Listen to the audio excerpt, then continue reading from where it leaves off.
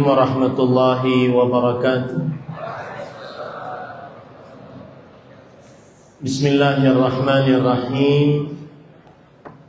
Innal hamdalillah nahmaduhu wa nasta'inuhu wa nastaghfiruh wa na'udzu billahi min shururi anfusina wa sayyiati a'malina. Man yahdihillahu fala mudilla lahu ومن يضلل فلا هادي له وأشهد أن لا إله إلا الله وحده لا شريك له وأشهد أن محمدا عبده ورسوله. يا أيها الذين آمنوا اتقوا الله حق تقاته ولا تموتن إلا وأنتم مسلمون. يا أيها الناس اتقوا ربكم الذي خلقكم من نفس واحدة وخلق منها زوجها وبث منهما رجالا كثيرا ونساء واتقوا الله الذي تساءلون به والأرحام إن الله كان عليكم رقيبا. يا أيها الذين آمنوا اتقوا الله وقولوا قولا سديدا يصلح لكم أعمالكم ويغفر لكم ذنوبكم ومن يطع الله ورسوله فقد فاز فوزا عظيما. أما بعد فإن أصدق الحديث كتاب الله وأحسن الهدي هدي محمد صلى الله عليه وعلى آله وسلم وشر الأمور محدثاتها وكل محدثة بدعة وكل بدعة ضلالة وكل ضلالة في النار. Alhamdulillah, kita bersyukur pada Allah Subhanahu wa taala pada hari ini, hari Sabtu ba'da al-'asr 9 Sya'ban 1446 Hijriah, bertepatan dengan 8 Februari 2025, kita dimudahkan oleh Allah Subhanahu wa taala untuk duduk bersama di Masjid Abu Darda, Pekanbaru Riau, dalam sebuah ad-daurah syar'iyyah, kajian Islam intensif Sirah Nabawiyah. Salawat dan salam semoga selalu Allah berikan kepada Nabi kita Muhammad sallallahu alaihi wa ala alihi wasallam, pada keluarga beliau, para sahabat, serta orang-orang yang mengikuti beliau sampai hari kiamat kelak. Dengan nama-nama Allah yang husna dan sifat-sifatnya yang ulia, kita berdoa, Allahumma inna nas'aluka ilman nafi'an wa rizqan tayyiban wa amalan mutaqabbala. Allahumma amin. Ahibati fillah, a'afanillah wa iyyakum. Para ikhwah dan akhwat, kaum muslimin yang saya cintai karena Allah, semoga Allah Subhanahu wa taala selalu memberikan afiat kepada kita di dunia dan di akhirat.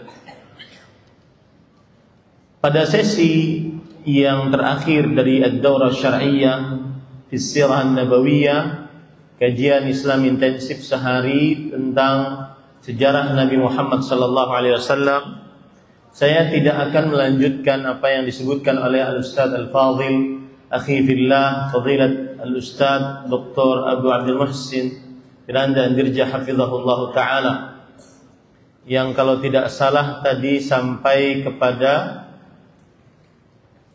apa? Nabi wafat. Sudah habis. Ya. Baik, saya akan membahas perkara penting karena buku asli yang ditulis oleh Fadilatul Ustaz akhi fillah Dr. Abu Abdul Muhsin Firanda Andirja hafizahullah, di situ judulnya adalah Sirah Nabawiyah, belajar meraih cinta sejati kepada sang Rasul sallallahu alaihi wasallam. Buku tersebut saya ajarkan di pesantren saya kepada para pegawai. Alhamdulillah dari 5 atau 6 jilid sudah selesai 1 jilid. Maka saya ingin mengangkat tema dari buku asli, ini kan ringkasan yang antum-antum pegang, yaitu belajar meraih cinta sejati. Saya akan angkat tema tentang mencintai Rasulullah sallallahu alaihi wa ala alihi wasallam. Hukumnya dan tanda-tanda yang tidak mencintainya. 2 poin itu insyaallah kita akan bahas. Hukum mencintai Nabi Muhammad sallallahu alaihi wa ala alihi wasallam. Poin pertama itu. Poin yang kedua adalah tanda-tanda tidak mencintai Rasulullah sallallahu alaihi wasallam. Karena mungkin bagi Bapak Ibu saudara-saudari yang sering hadir pengajian, sering mendapatkan tentang tanda-tanda mencintai Rasulullah sallallahu alaihi wasallam. Maka saya ingin balik perkaranya, tanda-tanda orang yang tidak mencintai Rasulullah sallallahu alaihi wasallam. Baik, poin yang pertama adalah hukum mencintai Nabi Muhammad sallallahu alaihi wa ala alihi wasallam. Jawabannya, hukumnya adalah wajib mencintai Nabi Muhammad sallallahu alaihi wasallam dari siapapun dan apapun setelah mencintai Allah Subhanahu wa taala. Hukum mencintai Nabi Muhammad sallallahu alaihi wasallam hukumnya wajib dari siapapun dan apapun setelah mencintai Allah Subhanahu wa taala. Dalil-dalil yang menunjukkan akan hal ini, yang pertama adalah dalil yang menunjukkan bahwa mencintai Nabi Muhammad sallallahu alaihi wasallam wajib lebih daripada mencintai diri sendiri. Ini dalil yang pertama. Dalil yang pertama menunjukkan bahwa mencintai Nabi Muhammad sallallahu alaihi wasallam hukumnya wajib daripada siapapun dan apapun setelah mencintai Allah Subhanahu wa taala. Dalil yang pertama adalah mencintai Nabi Muhammad sallallahu alaihi wasallam wajib lebih besar daripada mencintai diri sendiri. Dalilnya sebuah hadis yang diriwayatkan oleh Imam Bukhari. Saya bacakan an Abdullah bin Hisham radhiyallahu anhu qala. Dari Abdullah bin Hisham radhiyallahu anhu, beliau berkata, "Kunna ma'an Nabi sallallahu alaihi wasallam wa huwa akhidhun bi yadi Umar bin Al-Khattab radhiyallahu anhu." Kami pernah duduk bersama Rasul sallallahu alaihi wasallam. Kemudian Rasul sallallahu alaihi wasallam memegang tangan Umar bin Khattab radhiyallahu anhu. Dan ini bentuk akhlak Rasulullah sallallahu alaihi wasallam kepada para sahabatnya, orang-orang terdekatnya. Dan ini menunjukkan dengan itulah Nabi Muhammad sallallahu alaihi wasallam mendapatkan rasa cinta yang terlalu tinggi dari para sahabatnya dengan akhlak itu. Imam Nawawi menyebutkan bahwa mengapa Nabi Muhammad sallallahu alaihi wasallam dicintai.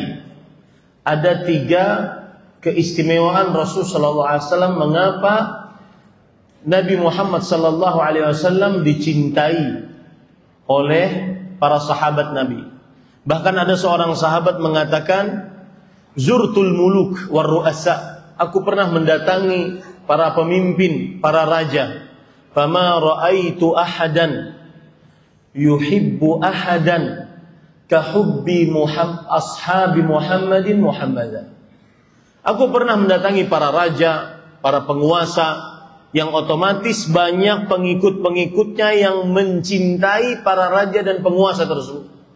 Maka aku tidak pernah melihat seorang yang mencintai orang lain seperti kecintaan para sahabat Nabi radhiyallahu anhum kepada Nabi Muhammad sallallahu alaihi wasallam. Mengapa mereka seperti itu? Salah satu 3 sebab disebutkan oleh Imam Al-Qayyim. Yang pertama, husnul khuluq, akhlak yang baik. Yang kedua, husnul hidayah, petunjuk yang benar. Yang ketiga, husnul hadiyah, hadiah pemberian yang baik. Dan Nabi Muhammad SAW kalau urusan kedermawanan jangan pernah ditanya. Ini akhlak yang harus kita contoh. Beliau, salah satu gelar beliau adalah la yaruddu sa'ilan. Beliau tidak pernah menolak orang yang meminta-minta. Suatu ketika Rasulullah SAW beliau memakai kain surban yang baru. Pertama kali beliau pakai, kemudian beliau diberi hadiah oleh seorang perempuan. Perempuan tersebut khusus menenun surban tersebut untuk Nabi Muhammad SAW. Karena beliau tidak pernah memiliki barang-barang yang mewah.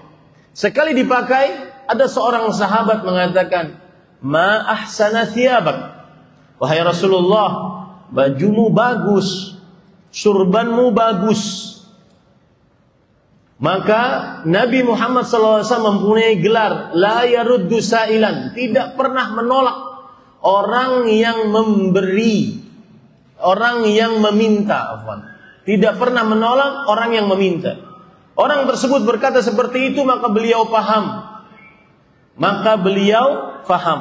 Yaitu beliau kasih langsung surban tersebut.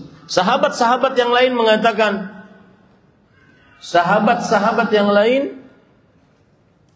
mengatakan, kepada para sahabat tadi, yaitu kata beliau, ma ahsana fi'lak, bagus kelakuanmu. Rasul sallallahu alaihi wasallam la yaruddu sa'ilan, beliau tidak pernah menolak orang yang minta-minta. Apa saja yang ada pada beliau kasih. Pernah seorang A'rabi datang kepada Rasul sallallahu alaihi wasallam, "Ya Muhammad, a'tini." Wahai Muhammad, berikan kepadaku, kasih. Berikan lagi kepadaku, kasih. Berikan lagi kepadaku, kasih. Sampai beliau memberikan kambing sebanyak 2 lembah. Baru setelah itu orang Arabi itu masuk Islam. Kemudian berkata kepada Rasul, kepada kaumnya, "Ya qaum, aslimu, fa inna Muhammadan yu'ti 'ata'an man la yakhsha al-faqr." Wahai kaum, masuk Islamlah kalian. Sesungguhnya Nabi Muhammad sallallahu alaihi wasallam memberikan pemberian seperti orang yang tidak pernah takut miskin. Itulah akhlak Rasul sallallahu alaihi wasallam. Dengan 3 itu Rasulullah sallallahu alaihi wasallam sangat dicintai oleh para sahabatnya. Di antara akhlaknya yang tadi, wa huwa akhidun bi yadi Umar bin Khattab radhiyallahu anhu. Beliau memegang tangan Umar bin Khattab radhiyallahu anhu. Lihat bagaimana ekspresi Umar gara-gara memegang tangan ini. Bagaimana ekspresi Umar gara-gara akhlak yang mulia ini. Faqala lahu Umar radhiyallahu anhu. Umar bin Khattab radhiyallahu anhu berkata, "Ya Rasulullah, la anta ahabbu ilayya min kulli syai' illa min nafsi." Wahai Rasulullah, engkau orang yang paling aku cintai dari segala apapun kecuali dari diriku sendiri. Lihat bagaimana bukti akhlak yang mulia hanya sekadar berpegangan tangan, tapi pegangan tangannya dari hati yang tulus. Bukti bahwasanya menghormati, menyayangi teman. Maka akhirnya keluarlah statement dari Umar bin Khattab, "Wahai Rasulullah, la anta ahabbu ilayya min kulli syai." Engkau adalah orang yang paling aku cintai dari segala sesuatu apapun. Syai' kalau dalam bahasa usul fikih adalah a'ammul umum. Sesuatu yang paling umum itu syai'. Tidak ada selagi tidak ada apapun kecuali engkau yang paling aku cintai. Tapi ada kecualinya, illa min nafsi, kecuali dari diriku sendiri. Berarti masih ada tingkatan diri Umar bin Khattab baru Rasulullah sallallahu alaihi wasallam yang beliau cintai. Maka kemudian Rasul sallallahu alaihi wasallam mengomentari pernyataan Umar bin Khattab, "La walladzi nafsi biyadihi hatta akuna ahabba ilaika min nafsi." Tidak. Demi jiwaku yang berada di tangannya. Di sini Rasulullah SAW bersumpah, dan sumpah biasanya digunakan untuk menyebutkan sesuatu yang penting. Demi jiwaku yang berada di tangannya, sampai aku lebih engkau cintai daripada dirimu sendiri.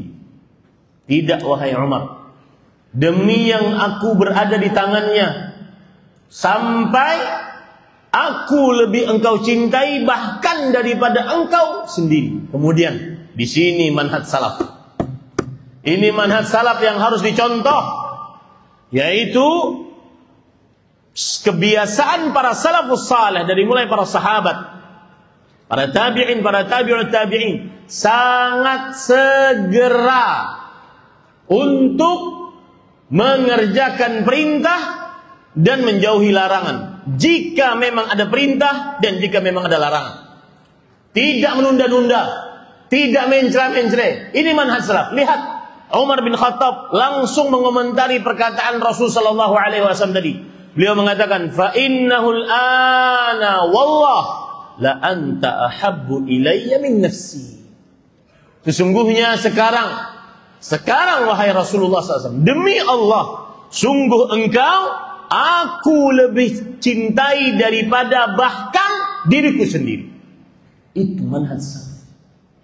Tanpa berpikir panjang, ada perintah, kerjakan.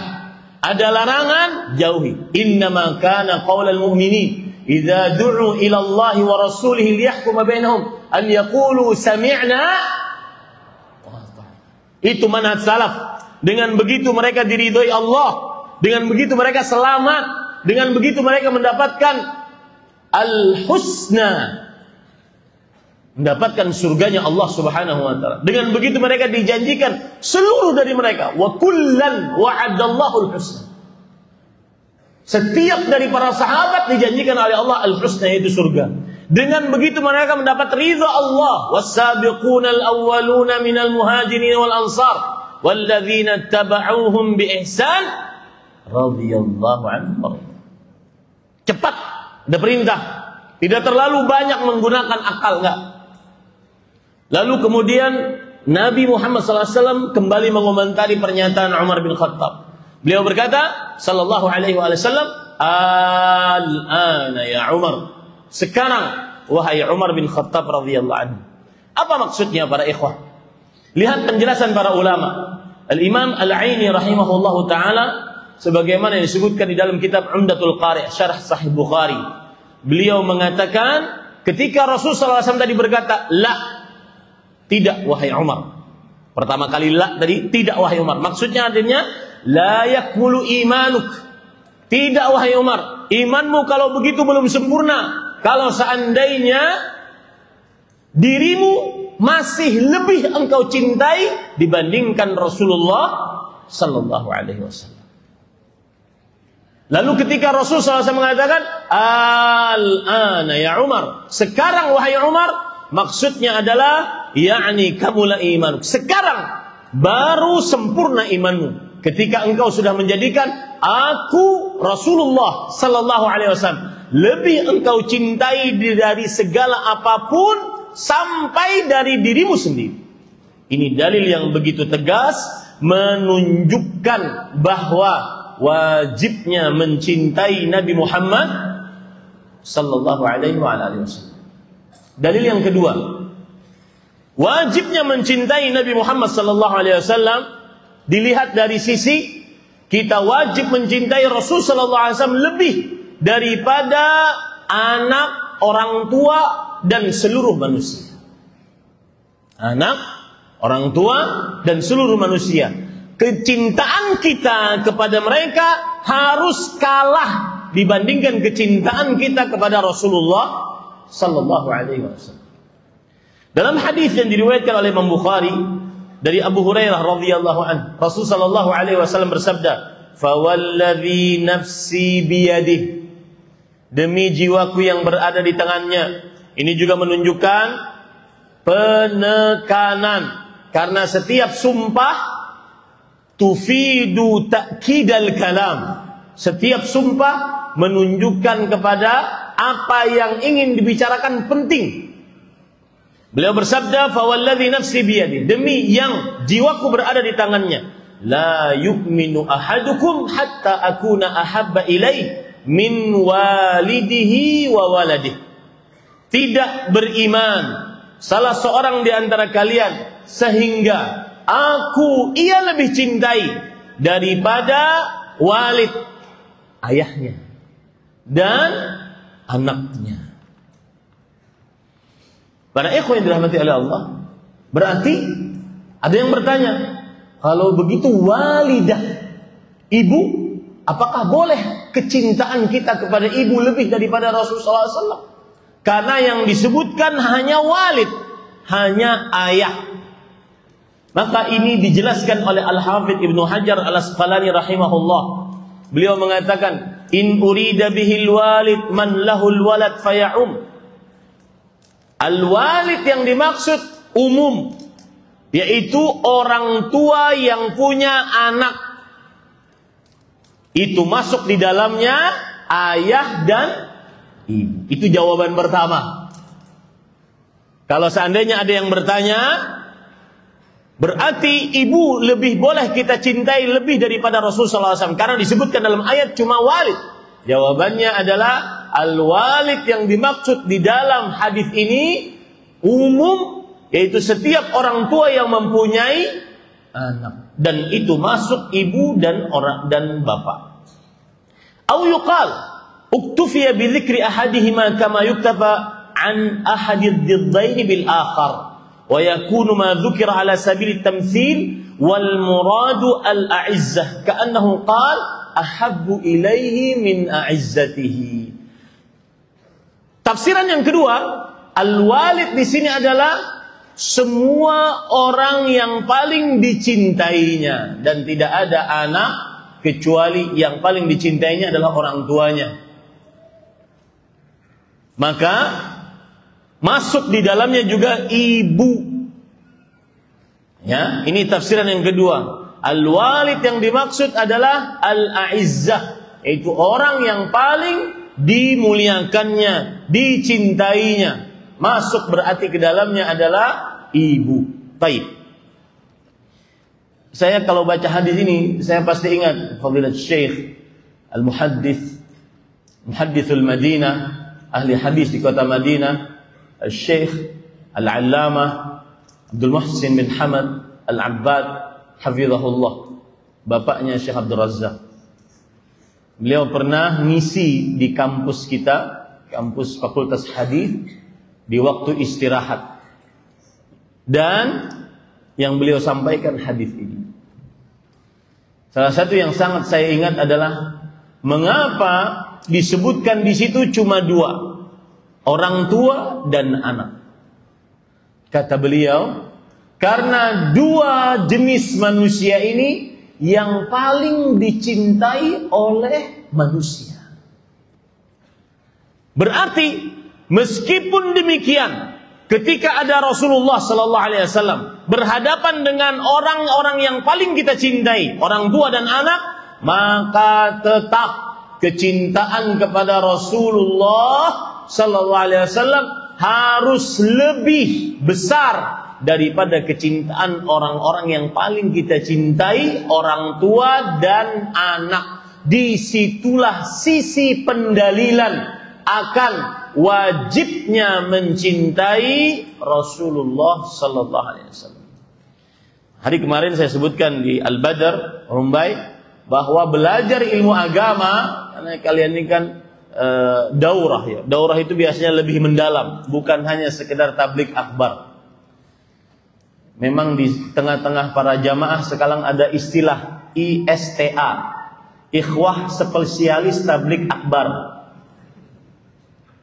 Tidak hadir kecuali tablik akbar. Adapun daurah ini lebih dalam semestinya ilmunya, karena dia harus naik kelas. Maka saya sebutkan, ada dalam semua permasalahan agama harus mengetahui dalilnya. Setelah mengetahui dalilnya, maka mengetahui inti dari dalil tersebut atas sebuah permasalahan itu.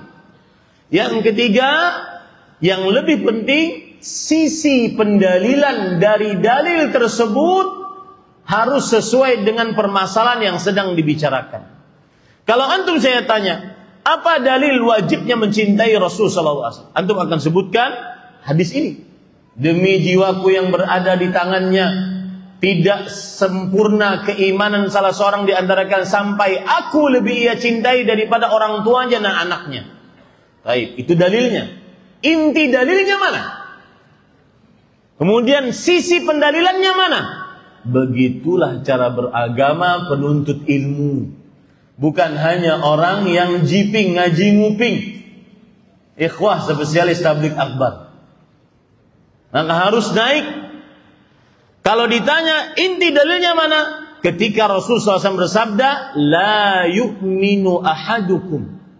Tidak beriman salah seorang di antara kalian sampai aku lebih ia cintai daripada orang tuanya dan anaknya. Sisi pendalilannya bagaimana?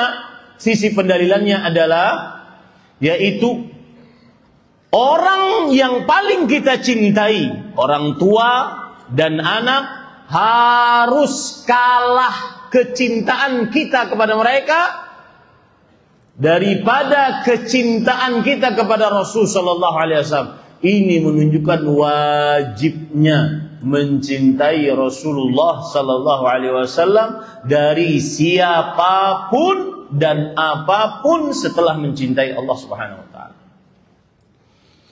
Baik, kemudian para ikhwan yang dirahmati oleh Allah, yang ketiga, dalil wajibnya mencintai Rasul sallallahu alaihi wasallam.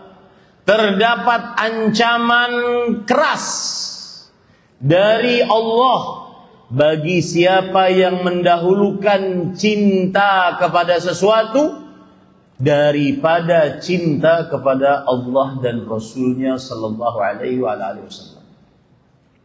Terdapat ancaman keras bagi siapa yang mendahulukan cinta kepada sesuatu dibandingkan cintanya kepada Allah dan Rasulnya sallallahu alaihi wasallam. Saya ingin menyebutkan sebuah kondisi. Para ikhwan yang dirahmati oleh Allah Subhanahu wa taala, ada 5 orang yang sangat kita cintai di dunia ini. Orang tua, anak, saudara, istri, kerabat. 5 orang yang sangat kita cintai di dunia ini. Orang tua, anak, istri, saudara, istri, kemudian kerabat. Ada 3 hal yang sangat kita cintai selain manusia di dunia ini. Yang pertama, harta yang kita kumpulkan. Yang kedua, perniagaan, usaha kita, dagang yang kita sangat takut bangkrutnya. Yang ketiga, tempat tinggal yang sangat kita sukai. 5 manusia, 3 benda. 8 perkara ini tidak boleh rasa cinta kita lebih daripada kecintaan kepada Allah dan Rasulnya sallallahu alaihi wasallam. Apa dalilnya para ikhwah? Hadis surat At-Taubah ayat 24. Allah Subhanahu wa taala berfirman, "Qul in kana aba'ukum wa abna'ukum wa ikhwanukum wa azwajukum wa 'ashiratukum wa amwalun iqtaraftumuha wa tijaratun takhshawna kasadaha wa masakin tardawnaha ahabba ilaikum minallahi wa rasulih wa jihadin fi sabilihi fatarabbasu hatta ya'ti Allah bi amri wallahu la yahdil qawmal fasiqin." Yang artinya, katakan wahai Muhammad, jika orang tua kalian, anak kalian, saudara kalian, istri kalian, kerabat kalian harta yang kalian kumpulkan, perniagaan yang kalian takut kebangkrutannya, tempat tinggal yang kalian sukai, ini 8 lebih kalian cintai daripada Allah dan Rasulnya, maka apa kata Allah? Fatarabbasu, tunggulah. Di sini Allah tidak menyebutkan apa yang harus ditunggu. Dan para ulama mengatakan bahwa ketika Allah tidak menyebutkan apa yang harus ditunggu, maka kata para ulama tafsir, hadhihi ayatun syadidatun la tura ashadda minha. Ayat ini ayat yang sangat keras ancamannya. Tidak pernah ada ayat yang lebih keras ancamannya dibandingkan ayat ini. Kenapa? Karena Allah tidak menyebutkan. Tunggu aja. Yang lebih mendahulukan cinta kepada 5 manusia, 3 benda, tunggu saja. Ya, ini menunjukkan ancaman keras dari Allah Subhanahu wa taala. Sedangkan para ulama yang menafsiri apa itu tunggu, Imam Mujahid ibn Jabr, seorang ahli tafsir di generasi tabi'i, yang para ulama tafsir mengatakan, idza ja'aka an Mujahid fahasb.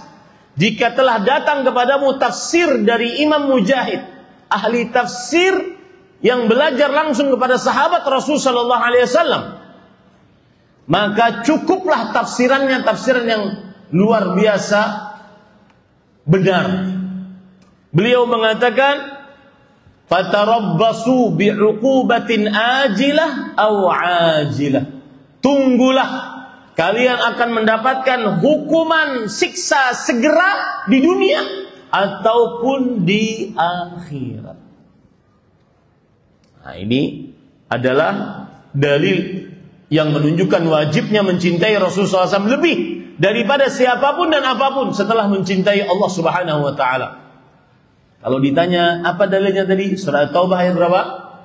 24. Mana inti dalilnya? Mana inti dalilnya? Hah? Fatarabbasu, tunggulah. Siapa yang mendahulukan cintanya kepada 5 manusia, 3 harta benda, tunggulah. Tunggulah adalah ancaman keras dari Allah. Tidak disebutkan apa yang harus ditunggu. Sedangkan Imam Mujahid mentafsirkan, tunggulah siksa segera di dunia atau siksa nanti di akhirat. Tunggulah. Baik. Sisi pendalilannya bagaimana? Saya katakan tadi, setiap masalah harus ada apa? Dalil. Yang kedua, inti dalil. Yang ketiga, sihhatu fahmid dalil. Sihhatu istidlal.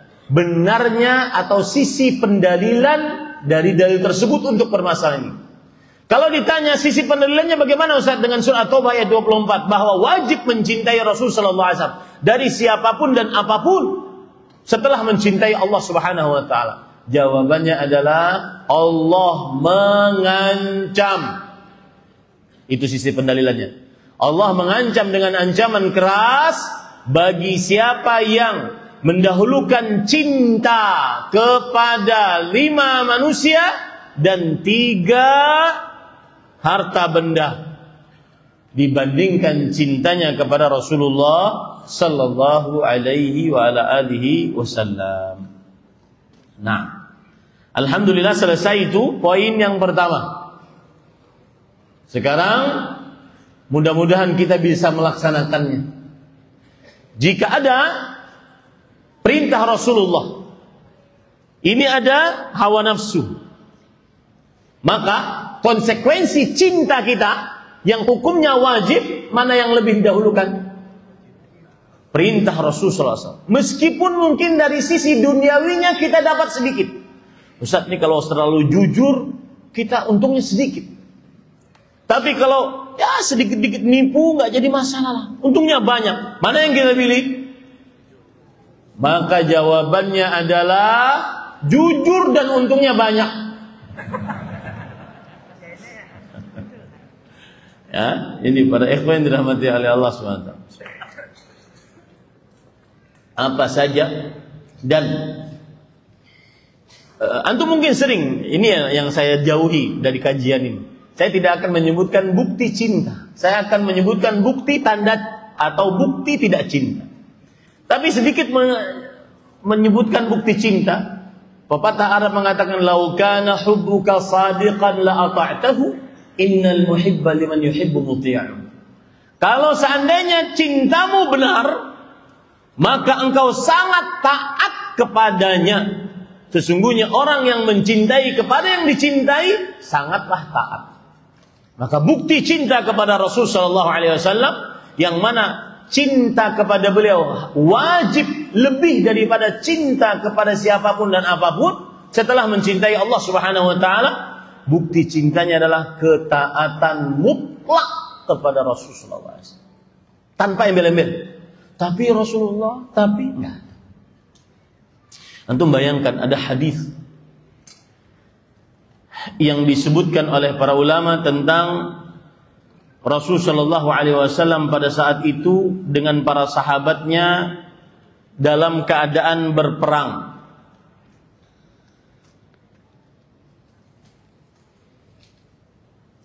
Para sahabat Nabi berkata pada peperangan Khaybar. Ini akhir-akhir peperangan Rasulullah SAW. Dari Abdullah bin Abi Aufa radhiyallahu anhu, beliau bercerita, "Asabatna maja'ah layali Khaybar."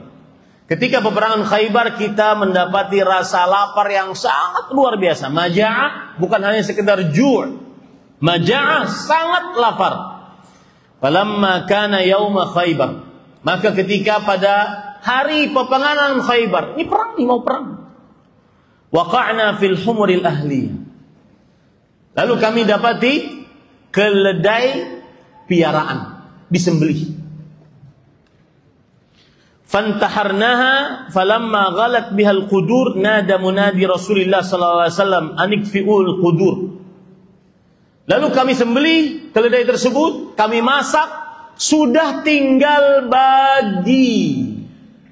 Apa yang terjadi? Datang utusan Rasul sallallahu alaihi wasallam berseru, "Innallaha wa rasulahu yanhayanikum an luhumi humuril ahliyah." Allah dan Rasulnya melarang kalian untuk memakan daging keledai piaraan. Apa yang mereka lakukan? Ketaatan mutlak. Mau berperang, lapar dengan kelaparan yang sangat lapar, tapi taat mutlak. Itu bukti cinta. Ketaatan mutlak. Fa'akfa'na. Maka kami balik itu semua. Coba keluar hadis itu sekarang. Wahai Rasulullah, besok perang, wahai Rasulullah. Saya pernah dimintai fatwa, "Ustaz, kami ingin buka travel, umroh dan haji. Insya Allah tujuannya ingin menolong kaum muslimin." Wah, manis kan tujuannya? Ingin menolong kaum muslimin. Tapi kami kekurangan modal. Boleh gak pinjam modal untuk travel tersebut di bank konvensional? Nanti Ustaz, kalau travel ini untung 10% untuk pesantren Ustaz. Boleh ya Ustaz? Boleh ya? Boleh. Gak boleh ya. Gak boleh. Orang yang benar-benar cinta Rasul sallallahu alaihi wasallam, bukti nyatanya adalah at-ta'ah al-mutlaqah. Ketaatan mutlak kepada Rasul sallallahu alaihi wasallam, tanpa mencela-mencela, tanpa embel-embel. Coba antum bayangkan ya. Para sahabat Nabi ketika Rasul sallallahu alaihi wasallam sholat memakai sendal, kemudian diberitahu oleh Jibril bahwa di sendal beliau ada najis, kemudian beliau lepaskan. Lalu para sahabat di belakang, beliau melepaskan juga sendal mereka. Lalu Rasul SAW bertanya, "Mengapa kalian lepaskan sendal kalian?" Jawaban paling mudah, "Ra'aina khala'tana 'alaik, fa khala'nani 'alaik." Kami melihat engkau melepas sendal, kami pun lepas sendal. Selesai. Tidak harus tahu hikmah, tidak harus tahu.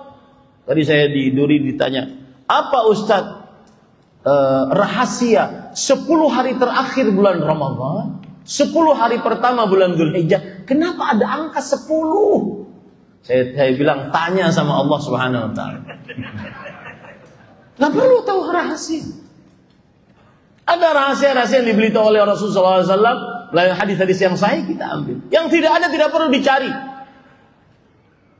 Ketaatan mutlak itu bukti cinta kepada Rasul Sallallahu Alaihi Wasallam. Dan pasti yang taat mutlak pasti beruntung. Walaupun antum kepepet, ingin nyari pekerjaan, ingin nyari modal, ingin nyari jodoh, ingin sehat, maka taatlah kepada Allah dan Rasulnya, pasti beruntung. Allah berfirman, innama kana qaulal mu'minin idza du'u ila Allahi wa rasulihi an yaqulu sami'na wa ata'na wa ulaika humul muflihun. Sesungguhnya ucapan orang-orang beriman, prinsip orang-orang beriman, apabila diajak untuk berhukum kepada Allah dan Rasulnya, kepada Al-Quran dan Sunnah, mereka cuma mengatakan sami'na wa ata'na. Mendengar, kami mendengar. Mendengar itu untuk memahami, bukan untuk ngutak-ngatik. Kemudian kami taat, kerjakan. Merekalah orang-orang yang beruntung. Baik.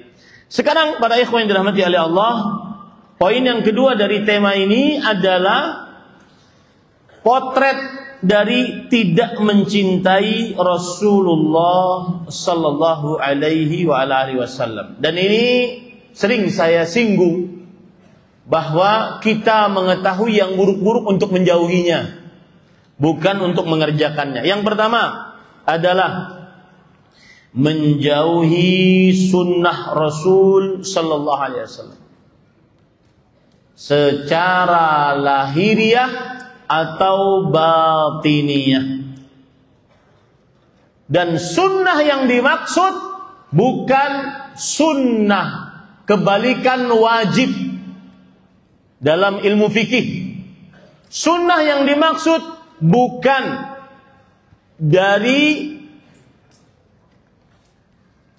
gandengan Al-Quran dan sunnah. Tapi sunnah yang dimaksud adalah seluruh ajaran Rasul Sallallahu Alaihi Wasallam, baik yang ada dalam Al-Quran atau hadis Rasul Sallallahu Alaihi Wasallam, baik yang hukumnya wajib ataupun hukumnya sunnah. Maka tanda orang yang tidak cinta kepada Rasul Sallallahu Alaihi Wasallam adalah orang yang menjauhi sunnah Rasul Sallallahu Alaihi Wasallam. Apa arti sunnah? Ajaran Rasulullah Sallallahu Alaihi Wasallam. Baik yang berkaitan dengan akidah, keyakinan qalbu tentang tauhid dan apa saja yang wajib diyakini oleh seorang Muslim, atau yang berkaitan dengan ibadah, pengabdian seorang hamba kepada Allah, atau yang berkaitan dengan muamalah, hubungan sesama manusia, atau yang berkaitan dengan akhlak dan adab, perbuatan, ucapan yang baik dan akhlak yang mulia, maka termasuk yang tidak mencintai Rasulullah sallallahu alaihi wasallam adalah orang yang jauh dari sunnah Rasul sallallahu alaihi wasallam. Saya beri contoh. Orang yang jauh dari sunnah Rasul sallallahu alaihi wasallam, misalkan sholat sunnah. Hukumnya Ustaz secara fikih sunnah kan? Bukan wajib. Kenapa kita memaksa orang? Kita sekarang bukan dalam tahap pembicaraan ilmu fikih. Kita lebih tinggi daripada itu. Kita dalam tahap pembicaraan mencintai Rasulullah sallallahu alaihi wasallam. Orang yang mencintai Rasulullah sallallahu alaihi wasallam, dia sangat dekat dengan sunnah Rasul, mengerjakan sholat sunnah, meskipun hukumnya sunnah, tetapi dia adalah sunnah Rasulullah sallallahu alaihi wasallam. Bingung kan? Meskipun hukumnya sunnah, secara ilmu fikih tidak wajib, yang meninggalkannya tidak berdosa, tetapi dia sunnah Rasul SAW, ajaran Rasulullah Sallallahu Alaihi Wasallam. Terutama Pak, di zaman sekarang ada sebagian orang, bahkan ustadz, bahkan mendakwah, yang sering mengangkat masalah khilaf. Itu kan khilaf. Masalah fiha khilaf. Permasalahan ini terdapat khilaf di dalamnya. Akhirnya sunnah Rasul dijauhi. Apa hukum pergi ke masjid bagi laki-laki muslim balik berakal selain bagi laki-laki muslim balik berakal dan muqim? Jangan bicarakan ini dari ilmu fikih, tapi bicarakanlah ini dari rasa cinta kepada Rasul sallallahu alaihi wasallam. Coba lihat, Abdullah bin Mas'ud radhiyallahu anhu mengatakan, "Wa inna min sunanil huda," termasuk sunnah Rasul sallallahu alaihi wasallam yang lurus, "Ityanul masajid haitsu yunada bihinna," mendatangi masjid-masjid yang dikumandangkan azan padanya. "Walaqad ra'aituna," ini perhatikan nih, yang malas-malas, yang putur-putur, katanya ngaji sunnah, akan tetapi malas berjamaah. "Walaqad ra'aituna," dan sungguh kami telah melihat, sungguh aku telah melihat kami, yaitu para sahabat. "Anna ar-rajula yuhada baina rajulain hatta yuqama fi shaf."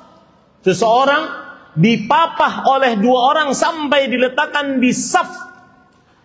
"Wa ma yatakhallafu anha illa munafiqun ma'lumun nifaq." Tidak ada yang meninggalkan salat berjamaah pada zaman itu kecuali orang-orang munafik yang benar-benar dikenal dengan kemunafikannya.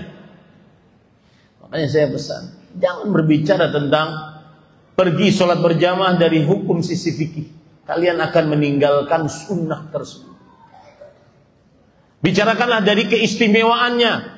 Salatul jamaah, salatul fadhi, salatul jamaati afdalu min salatil fadhi bi 27 derajat.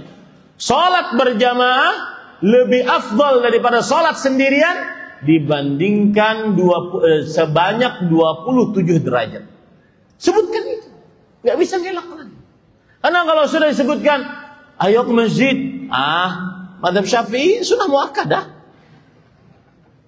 Akhirnya ditinggalkan sunnahnya. Dan ini sekarang muncul di tengah-tengah dakwah salaf. Ada sebagian pendakwah-pendakwah yang mengatakan al-mas'alah fiha khilaf. Jenggot khilaf, isbal khilaf, makan sambil berdiri khilaf. Ya? Kemudian apa lagi? Ini khilaf. Jadi seakan-akan kita beragama dengan khilaf. Bukan beragama dengan dalil dari Al-Quran dan hadis Rasul SAW. Dan ini akan saya bahas nanti di hari Ahad. Daurah khusus untuk para santri-santri yang mereka adalah generasi penerus yang meneruskan estafet dakwah yang mulia ini. Baik, maka para ikhwah perhatikan baik-baik. Meskipun perkaranya mubah, tetapi jika ada sunnah di dalamnya, kerjakanlah. Makan dengan tangan kanan, minum dengan tangan kanan, makan sambil berduduk, minum dengan sambil berduduk, maka kerjakanlah. Jangan dibicarakan itu hukumnya. Hukumnya tidak haram. Tetapi kerjakan karena dia sunnah. Kita pernah dalam sebuah daurah, kalau tidak salah Syekh Musa Al-Nasr rahimahullah, beliau berkata, "Kana salaf yu'adduna sunnah li'annaha sunnah, wan nasu al-yawm yatrukuna sunnah li'annaha sunnah." Artinya, orang-orang salaf terdahulu mengerjakan sunnah, amalan yang hukumnya tidak wajib, karena dia adalah sunnah Rasulullah SAW, karena dialah ajaran Rasulullah SAW. Semangat mengerjakan sunnah yang hukumnya tidak wajib. Kenapa? Melihat dari sisi ini adalah sunnah Rasul, ajaran Rasulullah SAW. Sebagian orang di zaman sekarang meninggalkan sunnah karena ini adalah sunnah.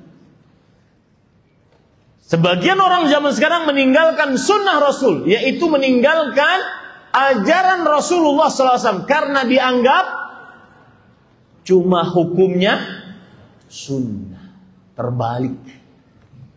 Ini tanda tidak cinta yang pertama kepada Rasulullah Sallallahu Alaihi Wasallam. Dan Rasul Sallallahu Alaihi Wasallam bersabda, ini dalilnya, hadis riwayat Bukhari dan Muslim, "Faman raghiba an sunnati falaysa minni." Yang membenci sunnahku bukan dariku. Saya ingin bertanya, apa maksud sunnahku di sini? Ajaran, bukan hadis, bukan amalan yang hukumnya sunnah kebalikan wajib, bukan. Ajaran Rasul sallallahu alaihi wasallam. Siapa yang membenci sunnahku maka bukan dariku. Kemudian Rasul sallallahu alaihi wasallam, sahabat Nabi Ubay bin Ka'ab radhiyallahu anhu, beliau berkata, "Alaikum bis-sabili was-sunnah." Subhanallah ya. Perkataan salaf itu penuh dengan kewibawaan.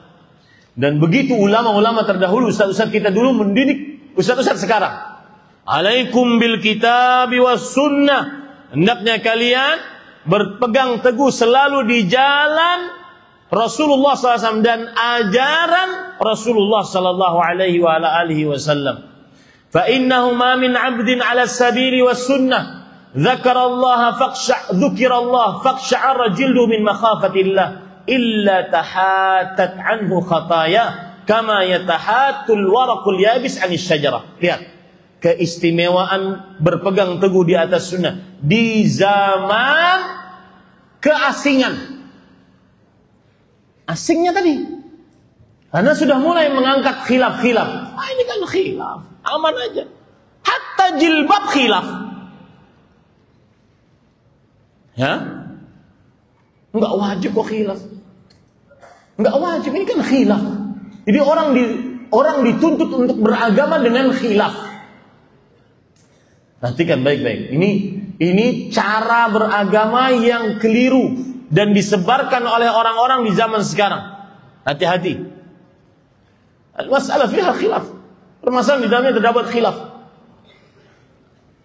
Lihat, beliau mengatakan bagaimana indahnya orang yang mengikuti sunnah. Sesungguhnya tidaklah seorang hamba selalu di atas jalan yang lurus, di atas sunnah Rasulullah SAW. Lalu dia diingatkan tentang Allah, diingatkan tentang sunnah tersebut. Maka kemudian bulu kuduknya berdiri karena takut kepada Allah, melainkan akan gugur dosa-dosanya sebagaimana daun-daun kering gugur di musim panas. Ini keistimewaan orang yang berpegang teguh dengan sunnah Rasul sallallahu alaihi wasallam. Contoh ya para ikhwah, ini seperti sekarang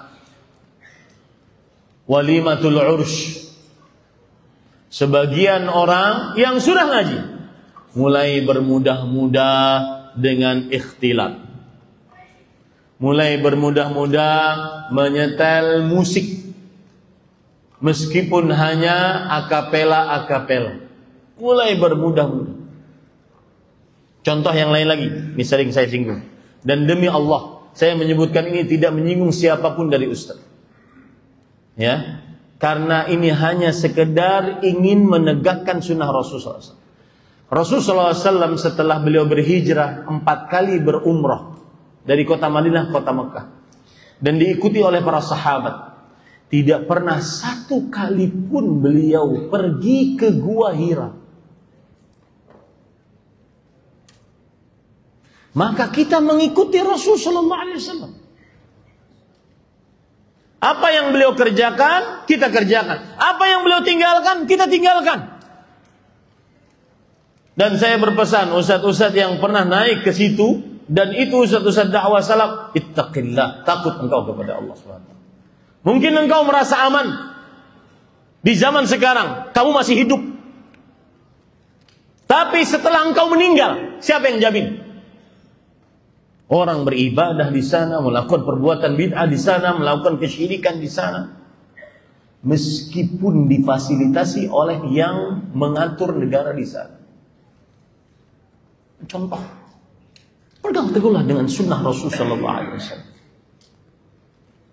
Paham para ikhwah yang dirahmati oleh Allah. Karena saya punya pengalaman para ikhwah, waktu masih mahasiswa, kemudian kita dapat tugas untuk menjaga di bawah, kalau tidak salah di bawah Gunung Nur atau di bawah Gunung Sur. Kemudian ada orang jamaah haji. Ini kejadian sebelum waktu hajian. Ada jamaah haji dari Arab. Bukan Arab Saudi, tapi dari Arab yang penting. Ingin ke atas, maka saya nasihatin.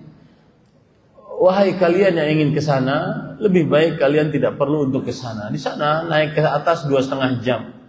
Dan tidak ada apa-apa di sana. Apa yang mereka katakan? Nih, mereka katakan, mujahid fisabilillah. Jihad mana? Namut fisabilillah. Mati di jalan Allah. Mati di mana? Nah, itu tuh. Kalau antum bertanggung jawab terhadap umat, hati-hati. Ikuti para ulama salaf. Ikuti sunnah mereka. Tidak pernah masyayikh kita selama belasan tahun kita tinggal di negara tersebut tidak pernah menganjurkan yang seperti itu. Ittaqillah. Cukupkan beribadah di Masjidil Haram. Bahkan kadang-kadang untuk ke atas sana meninggalkan sholat di Masjidil Haram. Dan umat berkreasi. Akhirnya nanti pergi ke gunung-gunung lain. Kemudian silap di atas itu. Siapa yang jamin itu ya akhi? Umat berkreasi. Ini para ikhwah. Kemudian yang kedua, menolak hadis-hadis Nabi yang sahih. Dan ini sudah mulai. Rasul sallallahu alaihi wasallam bersabda dalam hadis riwayat Imam At-Tirmidzi, la alfayanna ahadakum muttaki'an ala arikatih. Aku tidak ingin mendapati salah seorang di antara kalian bersandar begini, muttaki'na. Bersandar di atas arikatih di sini. Ya'tihil amru min amri, datang perintah dari perintahku melalui hadis Rasul sallallahu alaihi wasallam. Mimma umirtu bihi, dari apa yang aku diperintahkan untuknya. Aw nuhitu anhu, atau aku dilarang atasnya. Fayaqul la nadri ma wajadna fi kitabillah ta'ala. Ini hadis kami enggak tahu. Apa yang ada dalam Al-Qur'an itu yang kami ikuti. Tanda tidak mencintai Rasul sallallahu alaihi wasallam adalah menolak hadis-hadis sahih. Dan hadis sahih kedudukannya setara dengan Al-Qur'an. Rasul sallallahu alaihi wasallam bersabda dalam hadis riwayat Imam Ahmad, Imam Abu Daud, "Ala inni utitul Qur'ana wa mithlahu ma'a." Ingatlah, aku diberi Al-Qur'an dan yang semisalnya dengannya, yaitu hadis Rasul sallallahu alaihi wa ala alihi wasallam. Maka para ikhwah, hati-hati, jangan pernah menolak hadis Rasul sallallahu alaihi wasallam yang sahih, meragukan hadis Rasul sallallahu alaihi wasallam yang sahih. Coba perhatikan. Imam Asy-Syafi'i rahimahullah salah seorang yang paling keras dalam masalah ini. Kunna 'inda Asy-Syafi'i rahimahullah fa'atahu rajul. Berkata Al-Humaidi, salah seorang murid Imam Syafi'i, kami pernah bersama Imam Syafi'i rahimahullah, lalu didatangi oleh seorang lelaki. Fasa'alahu fi mas'alah. Lelaki ini bertanya tentang sebuah permasalahan. Faqala qadha fiha Rasulullah SAW kata wa kata. Lalu Imam Syafi'i menjawab, Rasul SAW dalam permasalahan ini menghukumi permasalahan ini seperti ini, seperti ini. Imam Syafi'i berkata seperti itu rahimahullah. Rasulullah SAW dalam permasalahan ini menghukumi seperti ini, seperti ini, seperti ini. Lalu orang ini bertanya lagi kepada Imam Syafi'i, ma taqulu anta? Wahai Imam, kalau engkau sendiri pendapatnya apa? Setelah Imam Syafi'i menyebutkan hadis, kemudian orang ini malah bertanya, engkau sendiri pendapatnya apa? Kata Imam Syafi'i rahimahullah, subhanallah, menunjukkan beliau marah. Maha suci Allah, tarani fi kanisah, kamu melihat aku di gereja? Tarani fi bai'ah, kamu melihat aku di tempat sinagognya Yahudi? Tarani ala wasti zannar, kamu melihat aku memakai ikat pinggang yang khusus dipakai oleh orang-orang Nasrani? Maksudnya, apakah aku orang murtad? Aqulu laka qadha fiha Rasulullah sallallahu alaihi wasallam, anta taqulu ma taqulu ant. Aku sudah memberitahu engkau, Rasul SAW dalam permasalahan ini menghukumi permasalahanmu seperti ini, seperti ini. Lalu engkau bertanya pendapatku? Tidak pantas orang sudah disebutkan hadis Rasul, kemudian dia mengatakan, tapi menurut saya, ya, tidak ada para ikhwan yang dirahmati Allah. Dan Imam Az-Zahabi mengatakan, dan ini terjadi di Indonesia. Ada seorang yang mengatakan, Makanya kalau beragama tinggalkan fikih, tinggalkan Quran, tinggalkan hadis, pakai akal. Kata Imam Az-Zahabi, kalau ada orang berkata seperti itu, maka sebenarnya akal yang dimaksud adalah apa? Hawa nafsunya. Jadi para ikhwan yang dirahmati oleh Allah Subhanahu wa taala. Imam Malik rahimahullahu taala berkata, "Akullama jaa rajulun ajdalu min rajul, tarakna ma nazala bihi Jibrilu ala Muhammadin sallallahu alaihi wasallam li jadali." Nah, ini perhatikan. Saya pesan kepada para ikhwan sekalian sebelum saya terjemahkan perkataan Imam Ahmad. Imam Malik rahimahullah, tinggalkan perdebatan di media sosial. Antum tidak tahu siapa yang antum hadapi, tinggalkan. Kata Imam Malik rahimahullah, apakah setiap kali ada orang yang bisa mendebat kita di dalam permasalahan agama, kemudian kita tinggalkan apa yang diturunkan oleh Jibril kepada Nabi Muhammad sallallahu alaihi wasallam? Ad-din laisa lin-niqash. Agama bukan untuk didebat. Agama untuk dipelajari kemudian ditaati. Perhatikan ini. Ustaz, kami kan ingin membela sunnah. La tazalu ta'ifah min ummati zahirina 'ala al-haq. La yadhurruhum man khadhalahum wala man khalafahum illa hatta yati amrullah wa hum kadzalik. Masih saja agama ini selalu tegak. Ada kelompok yang memperjuangkan kebenarannya sampai tidak mempengaruhi kepada mereka orang yang mencela mereka, yang membahayakan mereka, enggak peduli sampai datang hari kiamat. Jangan takut para ikhwan dan jauhi debat. Kalau sudah dia menolak hadis Rasul, tinggalkan. Ini tidak cocok. Ya, kalau sudah menolak hadis Rasul sallallahu alaihi wasallam maka tinggalkan. Taib, yang ketiga. Nah, ini penting. Tanda tidak mencintai Rasul sallallahu alaihi wasallam, dicabut penghormatan saat disebutkan hadis Rasul sallallahu alaihi wasallam. Dicabut penghormatan saat disebutkan hadis Rasul sallallahu alaihi wasallam. Jadi kalau sudah disebutkan hadis Rasul, langsung dia merendahkan. Kalau disebutkan hadis Rasul, langsung dia menghinakan. Yang penting Quran. Hadis ada yang lemah, hadis ada yang palsu. Yang penting Quran. Sudah.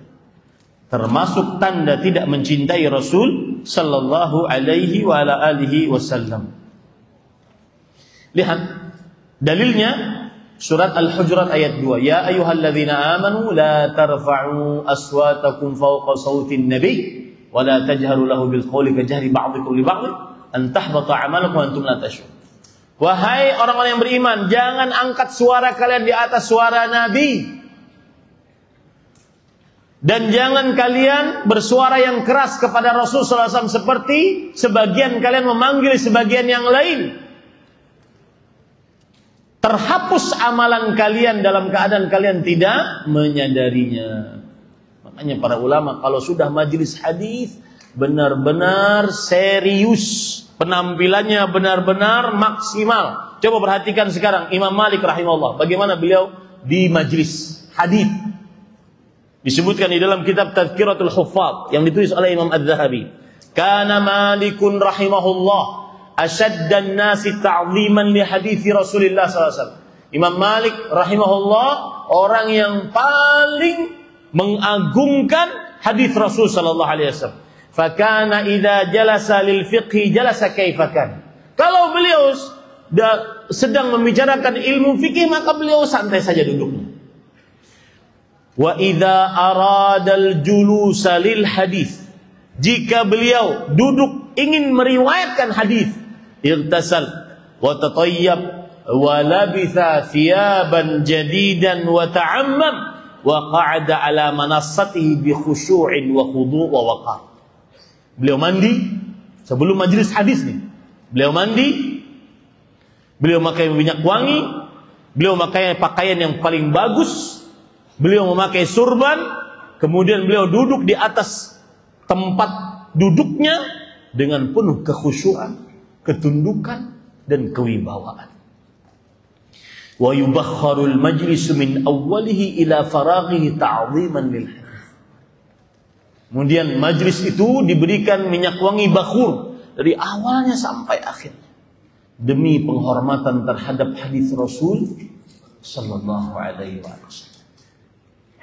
Itu yang ketiga. Yang keempat, para ikhwan yang dirahmati oleh Allah Subhanahu wa taala, termasuk tidak mencintai Rasul sallallahu alaihi wasallam adalah membenci ahlus sunnah, orang-orang yang mengerjakan sunnah Rasul sallallahu alaihi wasallam. Membenci, bahkan diolok-olok.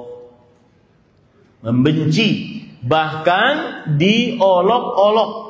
Termasuk yang tidak mencintai Rasul sallallahu alaihi wasallam, membenci orang-orang yang mengerjakan sunnah Rasul sallallahu alaihi wasallam, dan mengolok-olok orang yang mengerjakan sunnah Rasul sallallahu alaihi wa ala alihi wasallam. Apa dalilnya para ikhwan? Allah Subhanahu wa taala berfirman di dalam Al-Qur'an tentang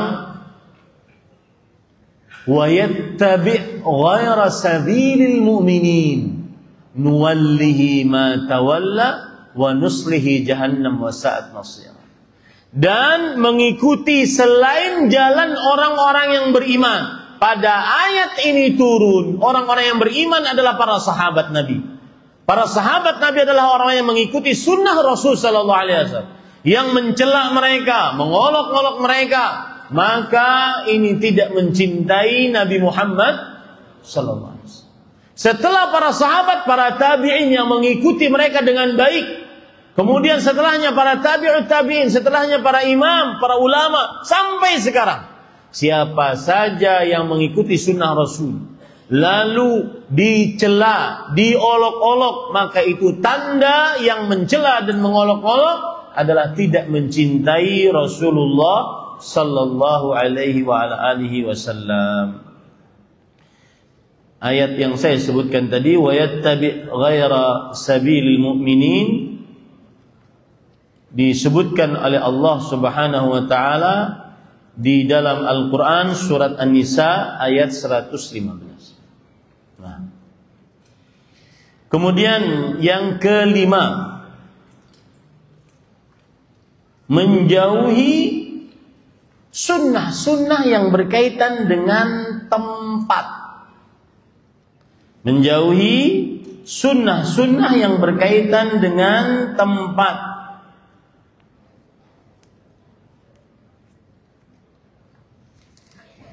Misalkan para ikhwan yang dirahmati oleh Allah Subhanahu wa taala, saat di kota Madinah, maka ini perhatikan, termasuk yang tidak mencintai Rasul sallallahu alaihi wasallam atau kurang rasa cintanya, menjauhi tempat-tempat yang disunahkan untuk kita beribadah di dalamnya atau menziarahinya, seperti sholat di Masjid Nabawi, seperti sholat di Masjid Quba,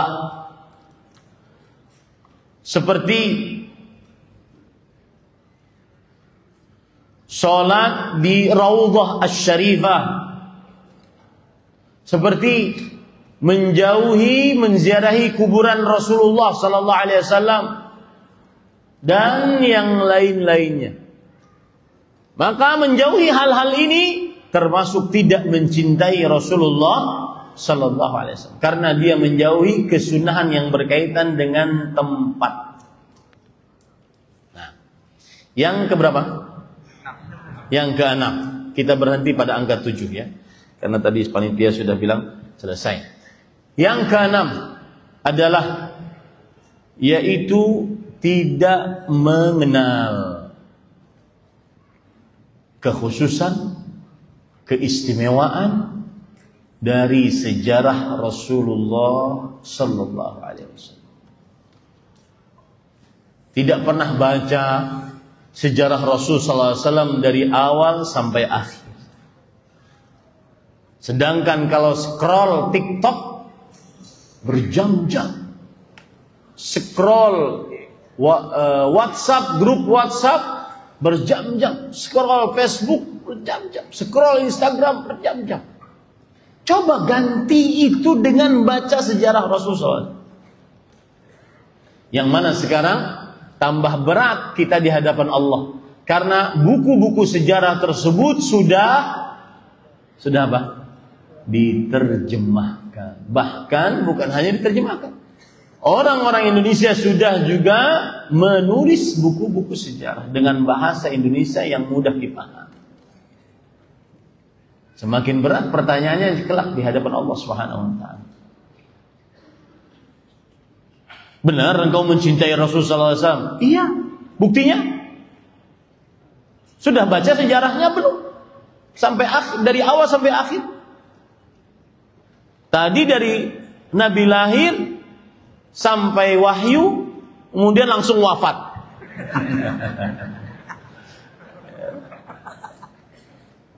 Ini pada ikhwan yang dirahmati. Lanjutkan itu.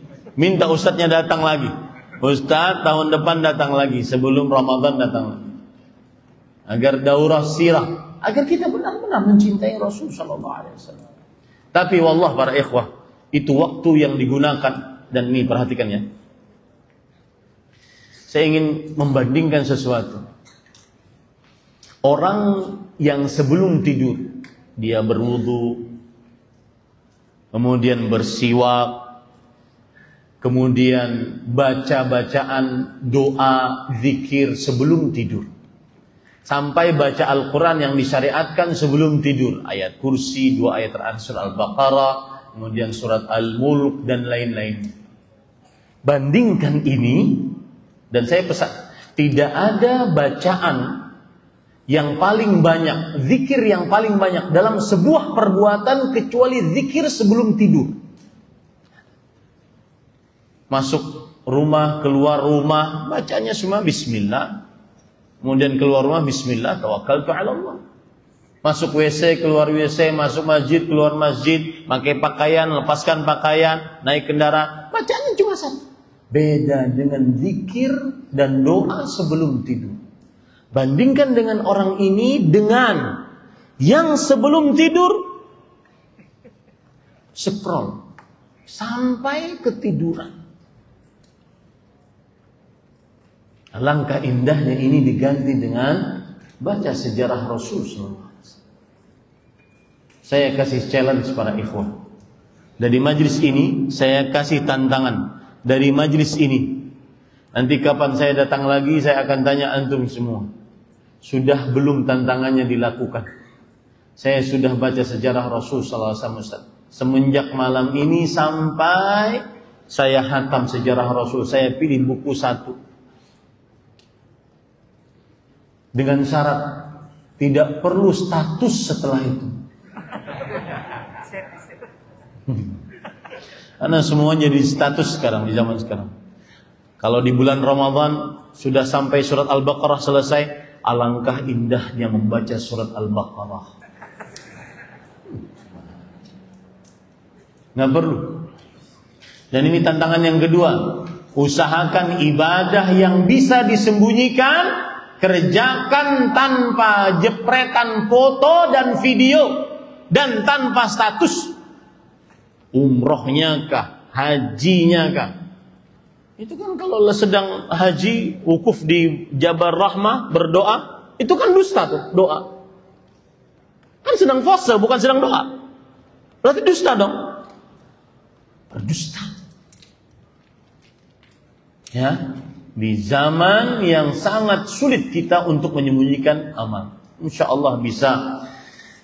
Kemudian pada ikhwan yang dirahmati Allah, yang ketujuh, yang terakhir adalah, nah ini dia, al-ibtida' fid din, membuat bid'ah dan melakukannya di dalam agama. Ini termasuk daripada tidak mencintai Rasul sallallahu alaihi wasallam. Karena Rasul sallallahu alaihi wasallam syariatnya sudah sempurna.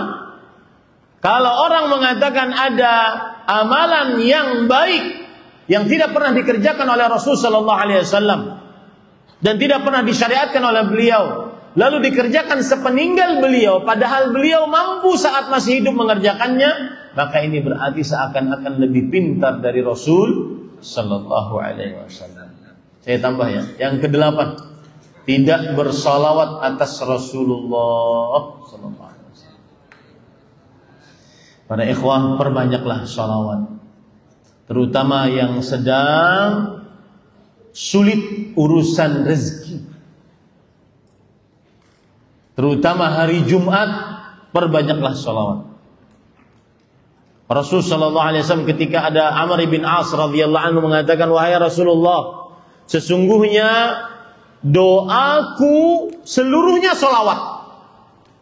Kata Rasul SAW, idzan tukfahamu wa yughfaru dzambuk. Kalau begitu, semua hajatmu akan dicukupkan dan dosamu diampuni. Jadi ketika dia berdoa cuma menyebutkan salawat saja, tidak meminta kepada Allah Subhanahu wa taala sesuatu apa. Berbanyaklah salawat. Berbanyaklah salawat terutama di hari Jumat. Rasul sallallahu alaihi wasallam bersabda, "Inna min afdali ayyamikum yaumal jum'ah fa'aktsiru fihi as-salata 'alayya." Sesungguhnya hari yang paling utama bagi kalian adalah hari Jumat, maka perbanyaklah salat di dalamnya. Salat kepadaku, salawat kepada Rasul sallallahu alaihi wasallam. Dengan catatan, jangan pakai soldut, salawat dangdut. Ya, jangan pakai salawat joget. Bacalah salawat karena dia adalah ibadah yang agung. Yang terakhir adalah termasuk daripada tidak mencintai Rasul sallallahu alaihi wasallam adalah terlalu berlebih-lebihan mengagungkan Rasulullah sallallahu alaihi wasallam sampai kepada derajat Allah Subhanahu wa taala.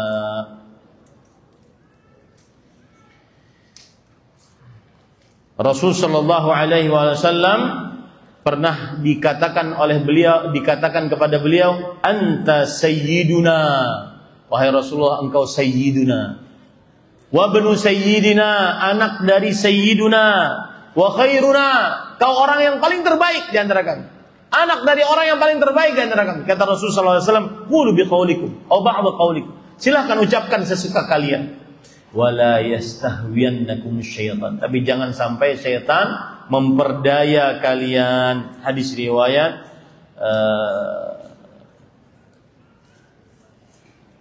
Imam, yang disebutkan hadis ini dalam kitab Bulughul Maram dan disahihkan oleh Imam Al-Albani rahimahullahu taala. Ini yang saya sampaikan, 9 tanda tidak mencintai Rasulullah sallallahu alaihi wa ala alihi wasallam. Siapa yang bisa menyebutkan 9 ini, saya kasih minyak wangi tanpa melihat tulisan. Tanpa melihat tulisan. 9.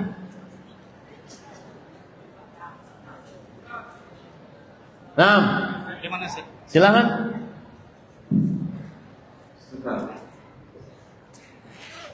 Apa lagi yang saya bawa ya? Duit ada enggak? Ayo, tanpa melihat tulisan, 9 ini. Enggak ada duitnya. Minyak wangi aja. Menolak hadis sahih. 1. Dan dicabutnya penghormatan kepada Rasulullah. Kemudian 2. menjauhi sunnah-sunnah berkaitan dengan tempat. 3. Tidak bersalawat kepada Rasul. 4. Berbuat bid'ah. 5.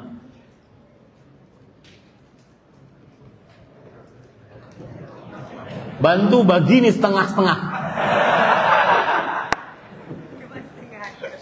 Berlebihan dalam mengagungkan Rasul. 6. Tidak bersalawat. Sudah. Tidak mengetahui sirah Nabi. 7.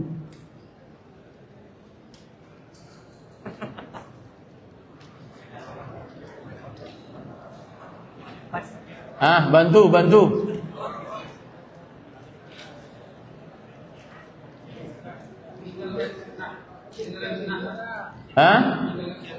menjauhi sunnah Rasul SAW. 8.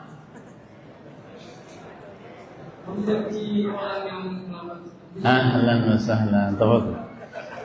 Membenci ahlu sunnah Rasul SAW. Barakallah. Ada pertanyaan? Ada waktu, saya tadi diminta untuk berhenti jam 6 ya, karena mungkin ada konsumsi bagi para ikhwah sekalian.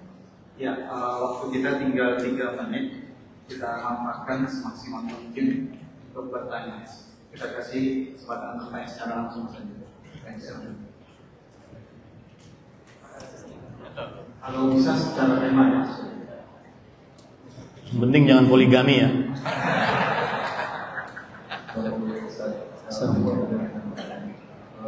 Anda sebagai orang awam yang belajar bahasa yang biasanya bukan belajar agama dari SD sampai bekerja, yang semangat belajar masih kami mempelajari sesuatu itu bukan berdasarkan dari apa yang bahasa kami belajar. Namun di perjalanan kami banyak ada tadi banyak mendapatkan kesulitan memahami. Mungkin kita baca hadisnya tentang akhlak Nabi SAW, ada yang kita bisa menggunakan orang ini adalah akhlak Nabi. Tapi ada sebagian sifat Nabi itu yang kita bertanya, bukankah ini bukan akhlak yang mulia seperti itu? Ada beberapa hal mungkin, seperti misalnya contoh ada pernah dengar bahwa seorang itu sering dengan Islam dari orang kita itu dan tidak mengikuti waktu itu. Contohnya misalnya, dan ada beberapa hal yang mungkin tidak disebutkan biar disingkat kita. Bagaimana kami menghadapi dan menyikapi hal ini dan bersabar mencari jawaban yang pertanyaan. Bismillah, alhamdulillah, wassalatu wassalamu ala rasulillah. Ini bagus pertanyaannya, dan mungkin banyak seperti ikhwah yang seperti ini. Datang ke kajian ini, daurah ini karena memang ingin belajar agama Islam lebih dan mendalam lagi, karena dari mulai SD, SMP, SMA sangat jauh dari agama atau tidak fokus mempelajari agama. Sehingga bahkan sampai kuliah, sampai bekerja, ya beragama Islam iya, mengetahui tentang Islam iya, tapi tidak sedalam orang yang belajar di majelis-majelis ilmu. Jawabannya adalah mau tidak mau harus bertanya kepada seorang ahli agama yang dianggap ahli di bidangnya. Allah berfirman, "Fas'alu ahla dzikri in kuntum la ta'lamun." Bertanyalah kepada ahli ilmu agama jika kalian tidak mengetahuinya. Itu jawabannya ya. Jadi mudah jawabannya, bertanya agar tidak salah paham. Saya paham maksud antum tadi. Rasulullah SAW tidak mau ketemu Wahsy, yang nanti Wahsy radhiyallahu anhu masuk dalam agama Islam. Padahal kan kita diperintah untuk memaafkan. Tetapi beliau malah tidak mau ketemu Wahsy. Bagaimana ini? Maka itu ada penjelasannya. Dan itu manusiawi. Rasulullah SAW seorang manusia. Beliau sedih dengan pamannya yang meninggal, kemudian dicabik-cabik. Beliau tidak mau ketemu dengan Wahsy. Tetapi kemudian Nabi Muhammad Wahsy membayar itu semua dengan cara beliau ikut peperangan, kemudian membunuh orang yang mengaku menjadi nabi. Akhirnya terbayarlah itu. Tapi kalau ditanya, bukankah itu akhlak yang dalam tanda kutip kurang baik? Maka jawabannya, beliau adalah manusia yang berat untuk mendapati pamannya dalam keadaan terbunuh seperti itu. Bukan berarti beliau tidak memaafkan. Wallahu a'lam. Makanya saya katakan bertanyalah. Nah, saya perlebar permasalahannya, ini penting. Di Masjid Abu Darda ada Ma'had Abu Darda, Ma'had Tahfidz. Ada sekolah Al-Bayyinah. Mereka itu diajari ilmu agama dengan kurikulum yang benar-benar maksimal. Karena mereka adalah orang-orang yang belajar agama agar menjadi ahli. Seperti orang-orang yang belajar ilmu kedokteran nanti menjadi dokter ahli di dalam ilmu kedokteran. Maka mereka juga seperti itu. Nah, mereka adalah orang-orang yang diproyeksikan untuk belajar ilmu agama. Jadi, belajar akidah saja banyak tahapannya. Belajar ilmu bahasa Arab banyak tahapannya. Belajar ilmu nahu banyak tahapannya. Belajar ilmu fikih banyak tahapannya. Karena memang proyeksinya untuk menjadi ahli ilmu agama. Ustadz, lalu saya ini baru berhijrah umur 25-30. Dulunya belum pernah kenal kajian. Saya sedih, memang menyesal kenapa dulu nggak masuk pesantren dan seterusnya. Kami baru berhijrah, tapi kami ingin mendalami ilmu agama, maka jangan sedih. Tapi cara belajar antum beda.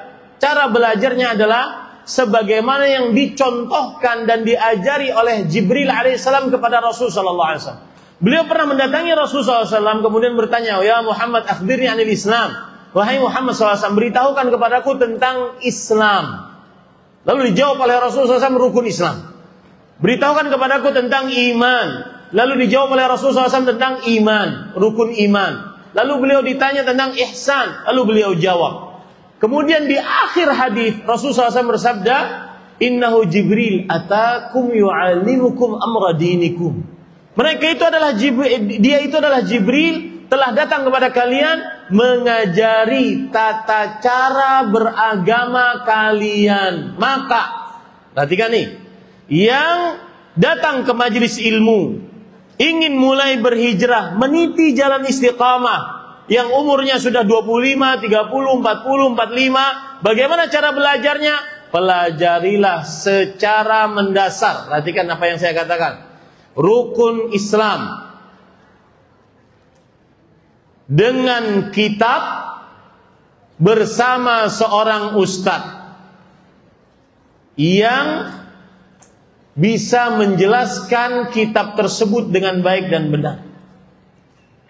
Kemudian setelah itu pelajarilah rukun iman dengan kitab bersama seorang ustadz yang bisa menjelaskan dengan baik dan benar.